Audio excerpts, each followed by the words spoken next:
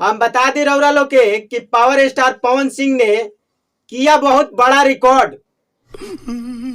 जी नमस्कार दोस्तों, हम बता दी रउरा लोग के कि आज सुबह पावर स्टार पवन सिंह के एगो गाना आई रहे, जौना गाना के नाम रहे गाजा पी के राजा हो जा। बेरी बेरी हमरो के कहता रू ताजा हो जा। विदेशिया गाजा पी के राजा हो। और उ गाना के अइला करीब 9 घंटा हो गइल और 9 घंटा के अंदर अभी तक उ गाना करीब 1.5 लाख भी व्यू प्राप्त नहीं के कैले। तो इहो एगो बड़ा रिकॉर्डे बाटे।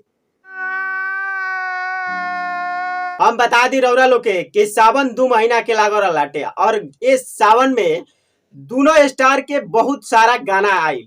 2 महीना में अनेकों गाना आयल और लास्ट में जौन पावर स्टार पवन सिंह के गाना आई रहा मर्दा गर्दा मिली, ओकरा बाद ऐसा लागत ला कि पावर स्टार पवन सिंह के अब गाना ना आई। लेकिन आज सुबह करीब 6:45 में एगो गाना अला गाजा पी के राजा हो जा, जौन गाना के अला 9 घंटा हो गई, लेकिन अभी तक वो गाना 1.5 लाख भी व्यू प्राप्त नहीं खे कैले।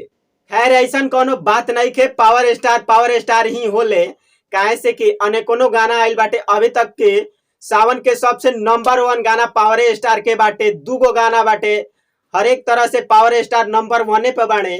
तो ऐसा कोनो बात नहीं के अब सावन 2 महीना के लागल रहा और सावन में इंटरेस्ट बहुत कम हो गल बा।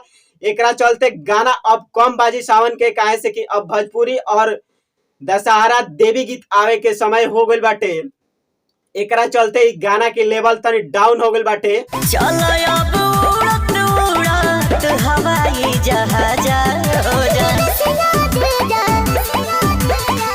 गाजा पी के राजा हो जा। लेकिन हम रउरा लोग के ई बता दी कि इहो एगो बड़ा रिकॉर्डे बाटे, जौन के पावर स्टार के गाना आ गइल और 9 घंटा में करीब 1.5 लाख भी व्यू प्राप्त नहीं के कैले।